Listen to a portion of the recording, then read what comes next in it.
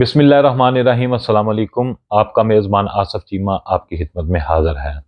پاکستان پر مسلط حکمران، چاہے وہ کٹھ پتلی ہیں یا پھر فارم 47 کے ذریعے اقتدار میں آئے ہیں، یا پھر وہ حکمران جن کے ہاتھوں میں ان کٹھ پتلی یا فارم 47 کے ذریعے اقتدار میں آنے والے حکمرانوں کی ڈوریاں ہیں، یہ تمام مل کر پاکستان کی 24 کروڑ عوام کے اندر اپنی مرضی، اپنے مفادات اور اپنی بقا پر مبنی معلومات اور خبریں پھیلانے کے لیے ہر حد پار کرتے جا رہے ہیں۔ اس تناظر میں اگر پاکستان کے مین سٹریم میڈیا پر گفتگو کی جائے، اس کا جائزہ لیا جائے، تو آپ کو معلوم ہوگا کہ پاکستان کا مین سٹریم میڈیا، چاہے اس کا تعلق الیکٹرانک میڈیا سے ہو یا پرنٹ میڈیا سے ہو، ان حکمرانوں نے مکمل طور پر ان کو قابو کر لیا گیا ہے۔ چاہے ان مین سٹریم میڈیا کو نوٹوں سے قابو کیا گیا ہے یا پھر سوٹوں سے، بہرحال پاکستان کا مین سٹریم میڈیا مکمل طور پر ان حکمرانوں کے قابو میں ہے۔ جو حکمران انسٹرکشنز دیتے ہیں، جو حکمران کے مفادات پر مبنی خبریں ہوتی ہیں، اور جو بھی ان کی حکمرانوں کی آئندہ بقا کے لیے تجزیے اور تبصرے ہوتے ہیں، پاکستان کا مین سٹریم میڈیا وہی دکھا رہا ہے، وہی بتا رہا ہے۔ اگر بات کی جائے کہ پاکستانی مین سٹریم میڈیا عوام کی ترجمانی کر رہا ہوگا، تو اس وقت بالکل جو ہے اس کے اوپر کراس ہے۔ پاکستان کا مین سٹریم میڈیا بالکل جو ہے وہ ایک غیر حقیقی اور جھوٹ پر مبنی پروپیگنڈے کے اوپر اپنی ساری توانائیاں جو ہے ضائع کر رہا ہے۔ اس سے نہ صرف پاکستان کی صحافت کے اوپر انگلیاں اٹھیں گی، بلکہ پاکستان کی صحافت کے اوپر انٹرنیشنل لیول کے اوپر بد اعتمادی کا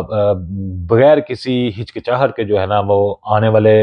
وقتوں میں کر دیا جائے گا۔ ایک ایسا وقت آ جائے گا کہ اگر پاکستان کا کوئی صحافی یا پاکستان سے صحافت سے متعلقہ کسی حلقے کے اندر گفتگو ہو رہی ہوگی، تو لوگ جو ہے پاکستانی صحافت اور پاکستانی صحافیوں کے اوپر کی چھاتیوں پر جو ہے وہ جھوٹ کی چھاپ لگا دیں گے۔ بہرحال دوسری جانب اگر دیکھا جائے تو سوشل میڈیا، جو کہ اس وقت نہ صرف پاکستان بلکہ دنیا بھر کے کسی بھی کونے کے اندر رہنے والے کسی بھی انسان کی ساتھ اگر کوئی ظلم ہوتا ہے یا زیادتی ہوتی ہے، ناانصافی ہوتی ہے، تو وہ اپنے اندر جو ایک غصہ یا غم ہوتا ہے اس کا برملا اظہار کرنے کے لیے سوشل میڈیا کا استعمال کرتا ہے۔ یعنی کہ سوشل میڈیا نے پوری دنیا کو ایک گلوبل ولیج بنا دیا ہے، دوسری جانب ہر خاص و عام کو اپنی دل کی بھڑاس جو ہے وہ نکالنے کا بہترین جو ہے نا وہ پلیٹ فارم میسر کیا ہے۔ بدقسمتی سے پاکستان کے اندر جب سے یہ فارم 47 کی حکومت بنی ہے، بلکہ اس سے پہلے بھی جب پی ڈی ایم کی حکومت بنی تھی تو یہی صورتحال تھی، جب جی چاہتا تھا سوشل میڈیا کا گلا دبا دیا جاتا تھا۔ اور چونکہ سوشل میڈیا کا براہ راست جو آغاز ہے وہ حکومت وقت سے ہوتا ہے، ریاستی اداروں سے ہوتا ہے، تو اس کا کنٹرول بھی جو ہے وہ ریاستی اداروں کے پاس ہوتا ہے۔ تو ریاستی ادارے جو نہیں ان کے خلاف کسی قسم کی کوئی خبر یا کوئی ایسی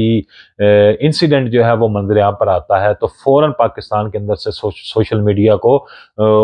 روکنے کے لیے، اس کے اوپر جو ہے آواز بلند کرنے کے لیے، اس کے اوپر قدغن لگانے کے لیے انٹرنیٹ کو سلو کر دیا جاتا ہے۔ مختلف ایپس، مثال کے طور پر ایکس ہو گیا، انسٹاگرام ہو گیا، فیس بک ہو گیا، ٹویٹر ہو گیا، اس کے بعد جو یوٹیوب ہے، ان تمام کو کبھی بین کر دیا جاتا ہے، کبھی ان کو سلو کر دیا جاتا ہے۔ وہ واٹس ایپ تو بعض کا مکمل طور پر جو ہے اس کو کلوز کر دیا جاتا ہے۔ اس سے نہ صرف پاکستان کی اوپر جو ہے ایک سوالیہ نشان اٹھتا ہے، پاکستان کے امیج کو جو ہے بین الاقوامی سطح پر جو ہے داغ لگتا ہے، بلکہ پاکستان کو روزانہ کی بنیادوں پر اربوں روپے کا نقصان بھی ہوتا ہے۔ چونکہ 26 نومبر کی رات ڈی چوک کے مقام پر ہونے والے مبینہ طور پر قتل عام، یعنی کہ جو تحریک انصاف کے کارکنوں کے اوپر اسٹریٹ فائر کیے گئے، جس کے نتیجے میں مبینہ طور پر بے شمار انسانوں کی زندگیاں ختم ہوئیں، ضائع ہوئیں، تو اس کے ایک طرف تو حکمرانوں کو بہت سارے مفادات تھے، دوسری جانب اس کے بہت زیادہ نقصانات بھی تھے۔ جب یہ بات بین الاقوامی میڈیا کے اوپر گئی تو بین الاقوامی میڈیا نے تمام دنیا کے اوپر ہونے والی ڈیولپمنٹس کو چھوڑ کر پاکستان کی طرف کان لگا لیے، آنکھیں لگا لی۔ تو جو بین الاقوامی میڈیا تھا ان کو براہ راست جو خبریں پہنچ رہی تھی وہ سوشل میڈیا کے ذریعے پہنچ رہی تھی، یعنی کہ ٹک ٹاک کے اوپر تحریک انصاف کے کارکنوں نے جو موقع کے اوپر ویڈیوز بنی تھیں، فائرنگ کی ویڈیو بنی تھی، شیلنگ کی ویڈیو بنی تھی، تشدد کی ویڈیوز بنی تھیں، جیسا کہ سب سے زیادہ پاپولر ہونے والی ویڈیو کو کنٹینر کے اوپر سے ایک نمازی کو جو ہے وہ فوجی اہلکار نے دھکا دے کر کنٹینر سے نیچے پھینک دیا۔ تو اس ویڈیو سے پہلے کچھ مبالغہ آ رہی تھی، کچھ شکوک و شبہات تھے کہ ڈی چوک میں 26 نومبر کی رات کو قتل عام ہوا یا نہیں ہوا۔ تو ایک جو ہے نا اس میں ایک کنفرم چیزیں نہیں تھیں۔ جونی کنٹینر والی ویڈیو سوشل میڈیا کے اوپر وائرل ہوئی تو پوری دنیا کے اندر ایک طوفان جو ہے وہ برپا ہو گیا، ہر طرف، چاہے وہ انسانی حقوق کی تنظیمیں ہوں، بین الاقوامی الیکٹرانک میڈیا ہو، سوشل میڈیا ہو، پرنٹ میڈیا ہو، دنیا کی جو بڑے بڑے جریدے ہیں ان کے اندر پاکستان جو ہے وہ ہیڈ لائن کے طور پر سامنے آ گیا۔ تو جس کی وجہ سے پاکستان کے موجودہ حکمرانوں کی ساکھ بری طرح سے متاثر ہوئی، اور اب بہت زیادہ جو ہے بین الاقوامی میڈیا کو جب دیکھیں تو اس وقت پاکستان کے حکمرانوں کے اوپر شدید دباؤ ہے۔ تو ان سارے بین الاقوامی جو ڈیولپمنٹس ہو رہی ہیں اس کا دباؤ پاکستان کے موجودہ حکمران برداشت کرتے دکھائی نہیں دے رہے، بلکہ اس کے رد عمل میں مزید غلطیاں کرتے جا رہے ہیں۔ آج صورتحال یہ ہے کہ نہ صرف سوشل میڈیا کو مکمل طور پر دبانے کی جو ہے وہ ایک فائنل سٹیج پر آ چکے ہیں، تو عجیب و غریب قسم کے پروپیگنڈے بھی شروع ہو گئے ہیں۔ ایک طرف تو گفتگو ہو رہی ہے کہ عمران خان جیسے کہ مختلف جو موجودہ حکمرانوں کے ہم خیال صحافی ہیں، تجزیہ نگار ہیں، اینکر ہیں، تو کوئی جو ہے نا وہ کہہ رہا ہے جی انا للہ و انا الیہ راجعون، پاکستان میں ایسی خبریں سننے کو آ رہی ہیں، یعنی کہ وہ عمران خان سے متعلقہ جو ایک خوف و ہراس عوام کے اندر پیدا کرنے جا رہے ہیں۔ پہلے تو میں آپ کو تجزیہ بتاتا چلوں کہ عمران خان کو ایسی صورتحال میں ٹھکانے لگانا یا اسے راستے سے ہٹانا ان کی نہ اوقات ہے اور نہ ہی ان کے بس کی بات ہے، اور نہ ہی یہ کسی مسئلے کا حل ہے۔ اگر عمران خان کو خدا ناخواستہ کچھ ہو جاتا ہے تو پاکستان کے اندر ایسی قیامت آئے گی کہ کسی بھی طاقتور سے طاقتور حکمران بھی جو ہے وہ اس کو نہیں سنبھال سکے گا۔ اور پاکستان کے اندر سیاست کرنا سیاستدانوں کا ہی حق ہے، چاہے ان کا نظریہ یا ان سے منشور سے آپ کو کتنا بھی اختلاف ہے، تو چاہے وہ آپ کے بقول جو موجودہ حکمران ہیں وہ سیکورٹی رسک بن چکے ہیں یا کچھ بھی ہے، تو پاکستان کے اندر عدلیہ ہے، پاکستان کے اندر قانون نافذ کرنے والے ادارے ہیں۔ اور سب سے جو مؤثر بات ہے کہ اس وقت تحریک انصاف کے بانی یا چیئرمین عمران خان جو وہ آپ کی حراست میں ہیں، آپ نے آلریڈی اس کے اوپر 200 سے 250 کے قریب جو ہے مقدمات درج کیے ہوئے ہیں، تو آپ مزید مقدمات درج کر کے ایک قانونی طریقہ جو ایک قانونی راستہ جو ہے وہ اختیار کر سکتے ہیں۔ یہ ایک تو وہ گیدڑ ببکیاں لگانا، مختلف جو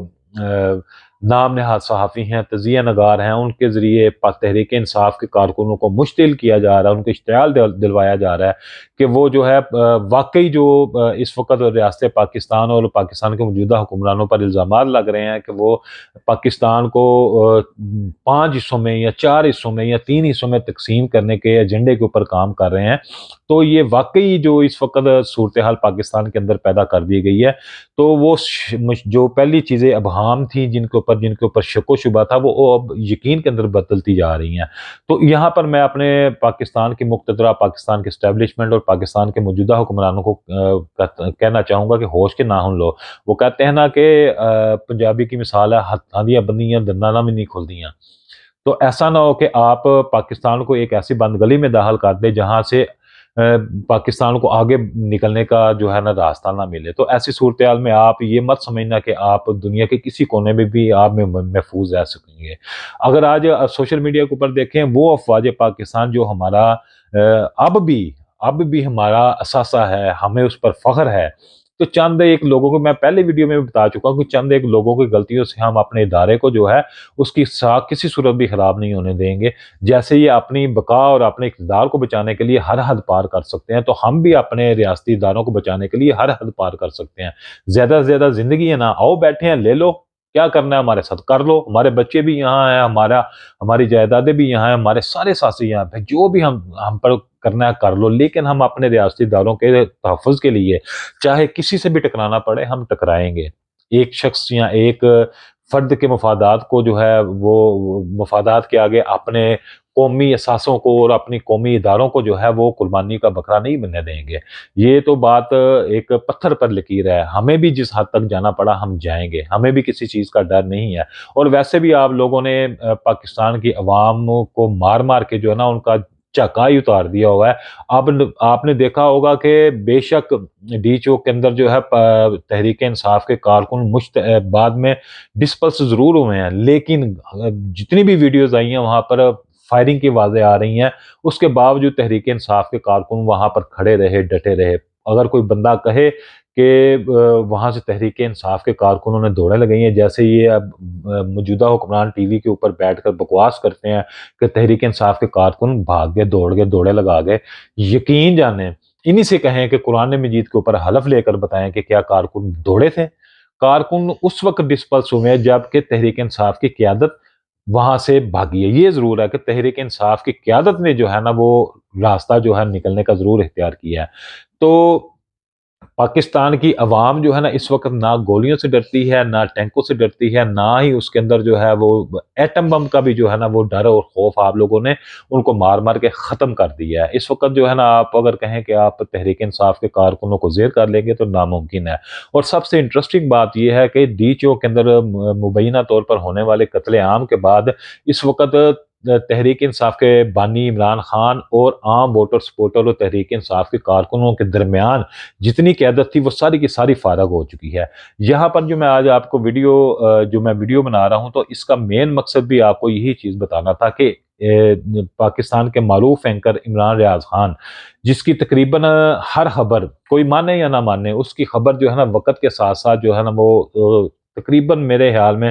98% اس کی خبریں جو ہے نا وہ سچ ثابت ہو چکی ہیں۔ تو انہوں نے ایک بڑا خطرناک انکشاف کیا ہے کہ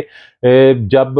ڈی چوک کے اندر اسٹریٹ فائرنگ ہوئی تو اس دوران علی امین گنڈا پور اور اس کے جو گارڈز تھے وہ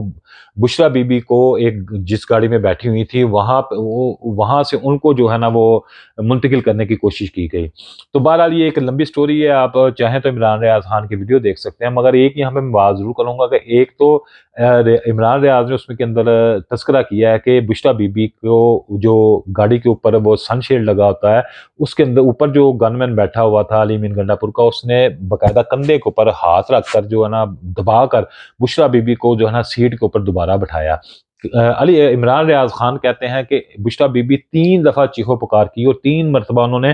گاڑیوں سے نکلنے کی کوشش کی۔ کب جب گاڑی واپس بھاگ رہی تھی تو آگے سے راستے بند ملتے تھے تو گاڑی کو جب سلو کیا جاتا تھا یا بریک لگتی تھی تو بشرا بی بی مکمل طور پر کوشش کرتی تھی کہ وہ گاڑی سے باہر آ جائے۔ تو ایک جگہ پر ایسا بھی موقع آیا بقول عمران ریاض خان کے کہ بشرا بی بی گاڑی سے اتر گئیں، تو علی امین گنڈا پور کے ایک